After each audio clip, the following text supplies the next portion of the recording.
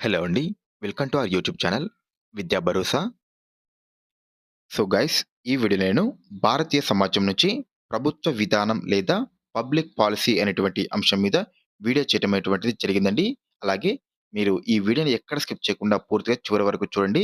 అప్పుడే మీకు ఈ కాన్సెప్ట్ ఏమిటి అనేటువంటిది ఒక పూర్తి అవగాహన రావటం అయితే జరుగుతుందండి. అలాగే మన ఛానల్ ఇంకా ఎవరైతే సబ్స్క్రైబ్ చేసుకోలేదో వారు వెంటనే సబ్స్క్రైబ్ చేసుకోండి. అలాగే పక్కన ఉన్నటువంటి బెల్ ఐకాన్ మీద క్లిక్ చేసి నోటిఫికేషన్స్ అన్ని కూడా ఆన్‌లో పెట్టుకోండి. ఇక లేట్ చేయకుండా వీడియోలోకైతే వెళ్ళిపోదాం. మొదటి ప్రశ్న. ఈ క్రింది వాటిలో కేంద్ర ప్రభుత్వం విధానాల తయారీలో పాల్గొనేటువంటి సంస్థలను గుర్తించండి అనేటువంటిది ప్రశ్న అండి. సో, అంటే ఇక్కడ ప్రశ్న ఏమడుగుతుందంటే, కేంద్ర ప్రభుత్వం తయారు చేసేటువంటి విధానాలు ఏవైతే ఉంటాయో, అందులో పాల్గొనేటువంటి సంస్థలను గుర్తించండి అనేటువంటిది ప్రశ్న అండి. సో, మనం ఒకసారి ఆప్షన్స్ ఏంటో పరిశీలిద్దాం. ఆప్షన్ ఏ పార్లమెంట్ అండి. సో, మనకు ఈ పార్లమెంట్ అనేటువంటిది ఈ క్యాబినెట్ రూపొందించేటువంటి విధానాలు ఏవైతే ఉంటాయో, వాటిని ఆమోదించడానికి ఈ పార్లమెంట్ అనేటువంటిది తోడ్పడటం జరుగుతుందండి. అలాగే ఆప్షన్ బి న్యాయ వ్యవస్థ. మనకు న్యాయ సమీక్షాధికారం అనేటువంటిది ఈ న్యాయ వ్యవస్థలకు ఉండటం వల్ల, ఈ శాసనసభలన్నీ కూడా ఆ అధికారాన్ని దృష్టిలో ఉంచుకొని, మనకు ప్రభుత్వ విధానాలు రూపొందించడం అనేటువంటిది జరుగుతుందండి. ఇక్కడ ఒకవేళ ప్రభుత్వ విధానాలు అనేటివి మనకు రాజ్యాంగ విరుద్ధంగా అనిపిస్తే, వాటిని చెల్లవు అనేటువంటిది మనకు ఈ న్యాయశాఖ ద్వారా తీర్పునివ్వటం అనేటువంటిది జరుగుతుంది. అలాగే ఆప్షన్ సి జాతీయ సలహా మండలి అంటే నేషనల్ డెవలప్‌మెంట్ కౌన్సిల్. ఈ జాతీయ సలహా మండలి అనేటువంటిది మనకు ప్రధానమంత్రి అధ్యక్షతన పనిచేయటం అనేటువంటిది జరుగుతుందండి. ఇందులో దేశంలో అభివృద్ధికి సంబంధించినటువంటి విధానాల రూపకల్పనలో మనకు ఇది తోడ్పడటం అనేటువంటిది జరుగుతుంది. అలాగే option D cabinet secretariat. So, మనకు ఈ క్యాబినెట్ సెక్రటేరియట్ అనేటువంటిది క్యాబినెట్ అనేది ఒక విధానాన్ని రూపొందించడానికి కావాల్సిన సమాచారాన్ని ఇవ్వటంలో ఇది కీలక పాత్ర పోషించడం అనేటువంటిది జరుగుతుందండి. సో, మనకు ఇచ్చినటువంటి వాటిలో 4 అంశాలు కూడా ప్రభుత్వ విధానాల తయారీలో పాల్గొనేటువంటి సంస్థలే కాబట్టి మనకు ఆప్షన్ 1 అనేటువంటిది సరైన సమాధానమండి. తరువాతి ప్రశ్న. జాతీయ రైతు కమిషన్‌ను ఎప్పుడు ఏర్పాటు చేయబడింది అనేటువంటిది ప్రశ్నండి. సో, ఆన్సర్ ఆప్షన్ సి 2004లో అండి. సో, ఈ జాతీయ రైతు కమిషన్‌కు చైర్మన్‌గా ఎంఎస్ స్వామినాథన్ గారు వ్యవహరించడం అనేది జరిగిందండి. సో, కాకపోతే ఈయన సెప్టెంబర్ 2023న ఈయన మరణించడం అనేటువంటిది జరిగింది. సో, ప్రస్తుతానికైతే ఈ జాతీయ రైతు కమిషన్ యొక్క చైర్మన్ పదవి అనేటువంటిది ఖాళీగానే ఉంది అనేటువంటిదైతే అనుకుంటున్నాను. సో, మీకేమైనా సమాధానం తెలిస్తే కింద కామెంట్ సెక్షన్‌లో మీ యొక్క సమాధానాన్ని తెలుపగలరు. తరువాతి ప్రశ్న. జాతీయ విద్యా విధానంకు సంబంధించి సరికానిది ఏది అనేటువంటిది ప్రశ్నండి. సో, మనం ఒకసారి ఆప్షన్స్‌ని పరిశీలిస్తే ఆప్షన్ ఏ 1986వ సంవత్సరంలో రాజీవ్ గాంధీ ప్రవేశపెట్టారు అనేటువంటిది ఇవ్వటం జరిగింది. సో, మనకు ఇది సరైనదండి. సో, మనకు మొట్టమొదటి జాతీయ విద్యా విధానాన్ని భారత ప్రభుత్వం 1968లో ప్రధాని ఇందిరాగాంధీచే ప్రారంభించడం జరిగిందండి. తర్వాత రెండవ జాతీయ విద్యా విధానాన్ని 1986లో శ్రీ ప్రధాని రాజీవ్ గాంధీ గారు ప్రారంభించడం అనేటువంటిది జరిగింది. అలాగే మనకు 2020లో ప్రధానమంత్రి నరేంద్ర మోదీ గారిచే మనకు మూడవ జాతీయ విద్యా విధానాన్ని ప్రవేశపెట్టడం అనేటువంటిది జరిగిందండి. అలాగే ఆప్షన్ బి దీనిని రాజీవ్ గాంధీ వీలునామాగా పేర్కొనలేదు అనేటువంటిది ఇవ్వటం జరిగిందండి. సో, మనకు ఇది రాంగ్ అండి. అలాగే ఆప్షన్ బి దీనినే విద్యా సవాళ్ళు, విధాన దృక్పథం అనేటువంటి పేరుతో ప్రవేశపెట్టారు అనేది ఇవ్వటం జరిగిందండి. సో, మనకు ఇది సరైనదండి. ఈ జాతీయ విద్యా విధానం 1986 ఏదైతే ఉందో దీనిని విద్యా సవాళ్ళు, విధాన దృక్పథం అనేటువంటి పేరుతో దీనిని ప్రవేశపెట్టడం అనేది జరిగిందండి. అలాగే ఆప్షన్ డి 10+2+3గా ఈ విద్యా విధానాన్ని రూపొందించారు అనేటువంటిది ఇవ్వటం జరిగింది. సో, మనకు ఇది కూడా సరైనదేనండి. ఈ 1986 విద్యా విధానం ఏదైతే ఉందో, ఇందులో 10+3+2+ అనే 2 అనేటువంటి విధానాన్ని మనకు రూపొందించడం అనేది జరిగింది. సో, మనకు ఇచ్చినటువంటి వాటిలో బి మాత్రమే తప్పుగా ఇవ్వటం జరిగింది కాబట్టి మనకు ఆన్సర్ వచ్చేసి option B is the right answer అండి. తర్వాత ప్రశ్న. జాతీయ వ్యవసాయ విధానంకు సంబంధించి సరికానిది ఏది అనేటువంటిది ప్రశ్న అండి. సో, మనం ఒకసారి ఆప్షన్స్‌ని పరిశీలిస్తే ఆప్షన్ ఏ ఇది 2000 సంవత్సరంలో ప్రకటించబడింది అనేటువంటిది ఇవ్వటం జరిగిందండి. సో, మనకు ఇది సరైనది. ఎందుకంటే ఈ జాతీయ వ్యవసాయ విధానం ఏదైతే ఉందో దీనిని జూలై 2000 సంవత్సరంలో ప్రకటించడం అనేటువంటిది జరిగిందండి. అలాగే ఆప్షన్ బి వ్యవసాయ రంగంలో 4% కన్నా ఎక్కువ వార్షిక వృద్ధి రేటు సాధించడం దీని యొక్క లక్ష్యం అనేటువంటిది ఇవ్వటం జరిగిందండి. సో, మనకు ఇది కూడా సరైనదండి. సో, ఈ జాతీయ వ్యవసాయ విధానానికి సంబంధించి వ్యవసాయ రంగంలో 4% కంటా ఎక్కువ వార్షిక వృద్ధి రేటు సాధించటం దీని యొక్క లక్ష్యంగా పెట్టుకోవటం అయితే జరిగిందండి. అలాగే ఆప్షన్ సి వ్యవసాయ రంగంలో 8% కన్నా ఎక్కువ వార్షిక వృద్ధి రేటు సాధించడం దీని లక్ష్యం అనేటువంటిది ఇవ్వటం జరిగింది. సో, మనకు ఇది రాంగ్ అండి. ఎందుకంటే పైన చెప్పినట్లుగా వ్యవసాయ రంగంలో కేవలం 4% మాత్రమే వృద్ధి రేటు సాధించాలనేటువంటి లక్ష్యాన్నయితే ఇది పెట్టుకుంది తప్ప 8% అనేటువంటిదైతే కాదు. సో, మనకు ఆప్షన్ సి అనేటువంటిది రాంగ్‌గా ఇవ్వటం జరిగింది. అలాగే ఆప్షన్ డి సముద్ర మంచినీటి పెంపకంపై శ్రద్ధ వహించటం అనేటువంటిది ఇవ్వటం జరిగిందండి. సో, మనకు ఇది కూడా సరైనదే. ఎందుకంటే ఈ జాతీయ వ్యవసాయ విధానంలో సముద్ర మరియు మంచినీటి జలచరాల పెంపకంపై ఇది శ్రద్ధ వహించడం అనేటువంటిది జరిగిందండి.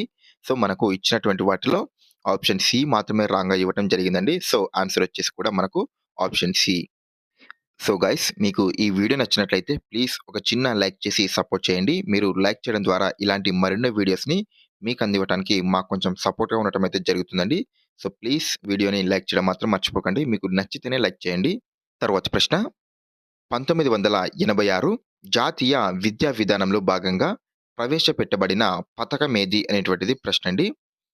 సో, ఆన్సర్ వచ్చేసి option B operation black board అనేటువంటిది ఈ 1986 జాతీయ విద్యా విధానంలో ప్రవేశపెట్టడం అయితే జరిగిందండి. సో, ఎందుకు ప్రవేశపెట్టారు అనేటువంటిది మనం ఒకసారి గమనిస్తే, దేశవ్యాప్తంగా ఉన్నటువంటి ప్రాథమిక పాఠశాలలు ఏవైతే ఉంటాయో, వాటన్నిటిని కూడా మెరుగుపరచడానికి ఈ ఆపరేషన్ బ్లాక్ బోర్డ్ అనేటువంటి పథకాన్ని మనకు 1986 జాతీయ విద్యా విధానంలో భాగంగా ప్రవేశపెట్టబడటం అనేటువంటిది జరిగిందండి. తర్వాత ప్రశ్న, జాతీయ విద్యా విధానంకు సంబంధించి సరికానిది ఏది అనేటువంటిది ప్రశ్న అండి. సో, మనం ఒకసారి ఆప్షన్స్‌ని పరిశీలిద్దాం. ఆప్షన్ ఏ 1992వ సంవత్సరంలో పీఓఏ అనగా ప్రోగ్రామ్ ఆఫ్ యాక్ట్‌ను రూపొందించారు అనేటువంటిది ఇవ్వటం జరిగిందండి. సో, మనకు ఇది సరైనదండి. సో, ఈ జాతీయ విద్యా విధానం 1986లో భాగంగా మనకు 1992వ సంవత్సరంలో ప్రోగ్రామ్ ఆఫ్ యాక్ట్‌ను రూపొందించడం అనేటువంటిది జరిగిందండి. అయితే దీనిని రూపొందించేటువంటి ముఖ్య ఉద్దేశ్యం ఏమిటి అంటే, ఈ జాతీయ విద్యా విధానం 1986 ఏదైతే ఉందో, దీనిలో ఉన్నటువంటి అంశాలన్నిటిని మెరుగుపరిచి, వాటిని అమలు చేయటం కోసం ఈ ప్రోగ్రామ్ ఆఫ్ యాక్ట్‌ను రూపొందించడం అనేటువంటిది జరిగిందండి. అలాగే ఆప్షన్ బి గ్రామ విద్యా కమిటీలు ఏర్పాటు చేయటం. సో, మనకు ఇది కూడా సరైనదండి. ఈ జాతీయ విద్యా విధానంలో భాగంగా గ్రామాల్లో విద్యా కమిటీలు ఏర్పాటు చేయటం అనేటువంటిది జరుగుతుంది. అలాగే ఆప్షన్ సి మహిళా ఉపాధ్యాయులను నియమించటం అనేటువంటిది ఇవ్వటం జరిగిందండి. సో, మనకు ఇది కూడా సరైనది. ఇందులో భాగంగా మహిళా ఉపాధ్యాయులను నియమించడం అనేది కూడా జరుగుతుంది. అలాగే ఆప్షన్ డి స్వచ్ఛంద సేవా సంస్థలకు విద్యా విధాన అమలులో భాగస్వామ్యం కల్పించకపోవటం అనేటువంటిది ఇవ్వటం జరిగిందండి. సో, మనకు ఇది రాంగ్ అండి. ఎందుకంటే ఈ స్వచ్ఛంద సేవా సంస్థలకు కూడా ఈ జాతీయ విద్యా విధాన అమలులో భాగస్వామ్యం కల్పించడం అనేటువంటిది జరిగింది. సో, మనకు కల్పించలేదు అనేటువంటిది ఇక్కడ ఇవ్వటం జరిగింది కాబట్టి సరికానిదొచ్చేసి మనకు ఆప్షన్ డి అనేటువంటిది సరైన సమాధానం అండి. తర్వాతి ప్రశ్న, జాతీయ జనాభా విధానంకు సంబంధించి సరి అయినవి గుర్తించండి అనేటువంటిది ప్రశ్న అండి. సో, మనం ఒకసారి ఆప్షన్స్‌ని పరిశీలిస్తే ఆప్షన్ ఏ దీనిని 2000 సంవత్సరంలో ప్రవేశపెట్టారు అనేటువంటిది ఇవ్వటం జరిగిందండి. యెస్, ఇది సరైనదండి. ఈ జాతీయ జనాభా విధానం ఏదైతే ఉందో దీనిని 2000 సంవత్సరంలో ప్రవేశపెట్టడం అనేటువంటిది జరిగింది. అలాగే ఆప్షన్ బి 2010 నాటికి సంపూర్ణ ఫలవంత రేటును తీసుకురావడం దీని యొక్క లక్ష్యం అనేటువంటిది ఇవ్వటం జరిగిందండి. సో, మనకు ఇది కూడా సరైనదండి. అంటే ఈ జాతీయ జనాభా విధానంలో భాగంగా 2010 నాటికి సంపూర్ణ ఫలవంత రేటును అంటే టోటల్ ఫర్టిలిటీ రేట్‌ను తీసుకురావటం దీని యొక్క లక్ష్యంగా పెట్టుకోవటం అయితే జరిగిందండి. ఇక్కడ సంపూర్ణ ఫలవంత రేటు అంటే టోటల్ ఫర్టిలిటీ రేట్‌ను ఏ విధంగా మెజర్ చేస్తారు అంటే బర్త్స్ పర్ 1000 వుమెన్‌గా దీనిని లెక్కించడం అనేటువంటిది జరుగుతుందండి. సో, అంటే 1000 మంది మహిళలకు గాను ఎంతమంది జన్మనిస్తున్నారు అనేటువంటి దాని క్రింద దీనిని లెక్కించడం అనేటువంటిది జరుగుతుంది. సో, మనకు ఇచ్చినటువంటి వాటిలో 2 అంశాలు సరైనవే కాబట్టి ఆప్షన్ సి అనేటువంటిది సరైన సమాధానం అండి. తరువాతి ప్రశ్న, జాతీయ పట్టణ గృహ ఆవాస విధానంకు సంబంధించి సరి అయినవి గుర్తించండి అనేటువంటిది ప్రశ్న అండి. అంటే నేషనల్ అర్బన్ హౌసింగ్ అండ్ హాబిటేట్ పాలిసీకి సంబంధించి సరి అయిన వాటిని గుర్తించండి అనేటువంటిది ప్రశ్న. సో, మనం ఒకసారి ఆప్షన్స్‌ని పరిశీలిద్దాం. ఆప్షన్ ఏ దీనిని 2009లో తీసుకురాబడింది అనేటువంటిది ఇవ్వటం జరిగిందండి. సో, ఇది రాంగ్ అండి. ఎందుకంటే ఈ జాతీయ పట్టణ గృహ ఆవాస విధానాన్ని మనకు 2007లో తీసుకురావటం అనేటువంటిది జరిగిందండి. అలాగే ఆప్షన్ బి పట్టణ పేదలకు, వెనుకబడిన తరగతుల వారికి జేఎన్ఎన్‌యూఆర్‌ఎం యొక్క లక్ష్యాలను సాధించటం అనేటువంటిది ఇవ్వటం జరిగిందండి. సో, మనకు ఇది కూడా సరైనదండి. ఎందుకంటే ఈ జాతీయ పట్టణ గృహ ఆవాస విధానం అనేటువంటిది మనకు పట్టణ పేదలకు, అలాగే వెనుకబడిన తరగతుల వారికి జేఎన్ఎన్‌యూఆర్‌ఎం యొక్క లక్ష్యాలను సాధించడం కోసం దీనిని ప్రవేశపెట్టడం అనేటువంటిది జరిగిందండి. సో, ఇక్కడ జేఎన్ఎన్‌యూఆర్‌ఎం అంటే ఏమి లేదండి. Jawaharlal Nehru national urban renewal mission అంటారండి దీనిని. సో, దీనిని డిసెంబర్ 3, 2005న ప్రారంభించడం అనేటువంటిది జరిగింది.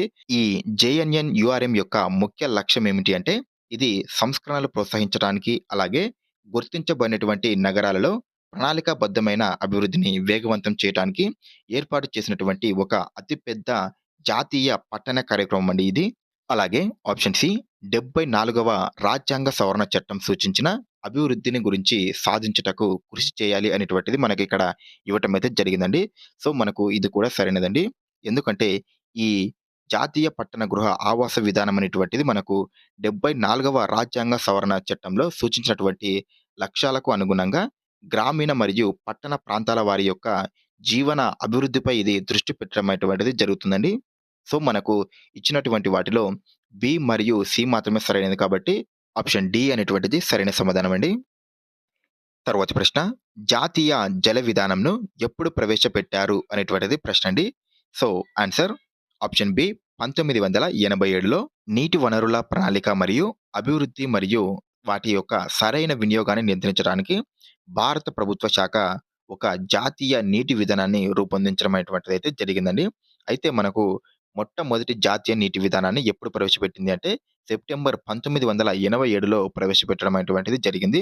అయితే దీనిని 2002లోను మరియు 2012లో ఆధునీకరించడం అనేటువంటిది జరిగింది. సో, అంటే సవరించడం అనేటువంటిదైతే జరిగిందండి. తరువాతి ప్రశ్న క్రింది వాటిని జతపరచుము అనేటువంటిది ప్రశ్న అండి. అయితే క్రింద కొన్ని ప్రభుత్వ విధానాలు మరియు అవి ఏర్పాటు చేసినటువంటి సంవత్సరాల జాబితాను ఇవ్వటం అనేటువంటిది జరిగింది. వాటిని సరైన వాటితో జతపరచండి అనేటువంటిది ప్రశ్న అండి. సో, మనం ఒకసారి ఆప్షన్స్‌ని పరిశీలిద్దాం. ఆప్షన్ 1 జాతీయ పట్టణ గృహ ఆవాస విధానం. దీనిని 2007లో ఏర్పాటు చేయటం అనేటువంటిదైతే జరిగిందండి. ఇది పట్టణ పేదలకు ప్రత్యేక ప్రాధాన్యతనిస్తూ అందరికీ అందుబాటు ధరలో ఇల్లు అనేటువంటి లక్ష్యాన్ని సాధించడం కోసం దీనిని ఏర్పాటు చేయటం అనేటువంటిది జరిగిందండి.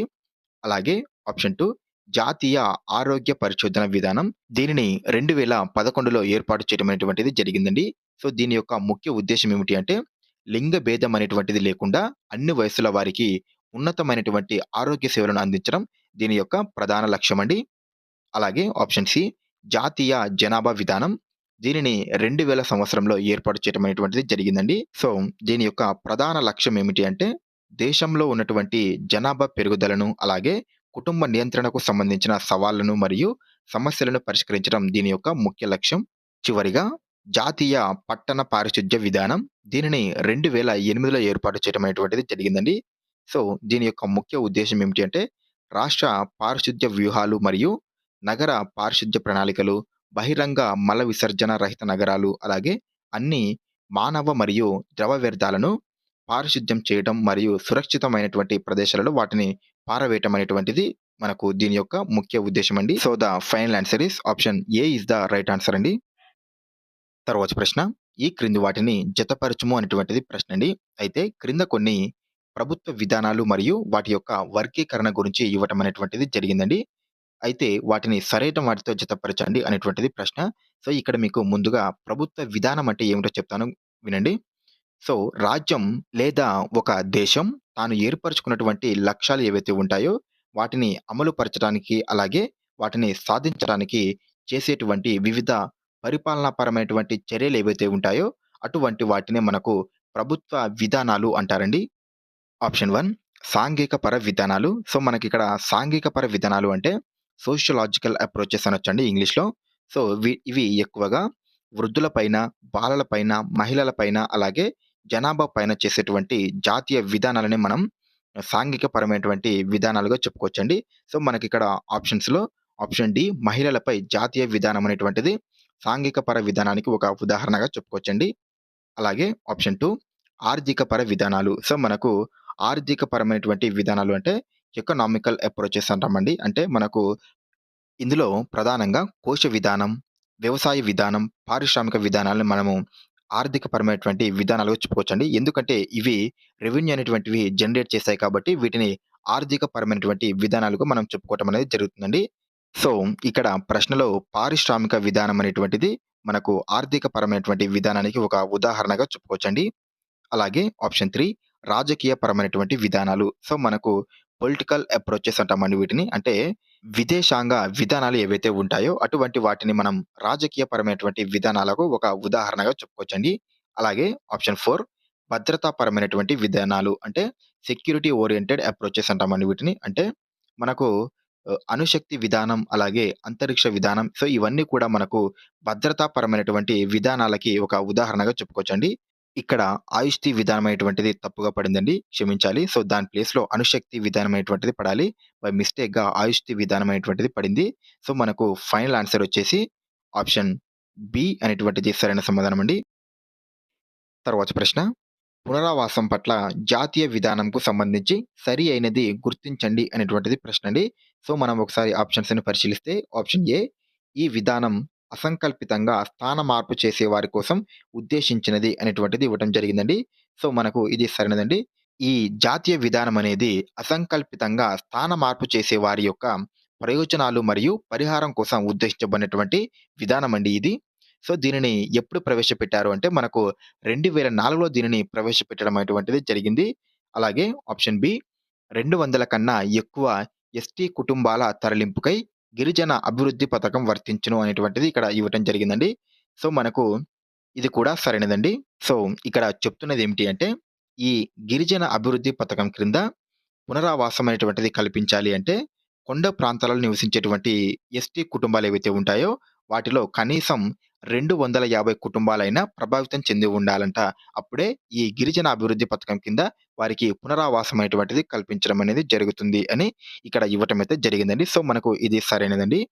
అలాగే ఆప్షన్ సి పునరావాసంలో భాగంగా భూమిని గాని, ఉద్యోగాన్ని గాని మంజూరు చేయాలి అనేటువంటిది ఇక్కడ ఇవ్వటం జరిగిందండి.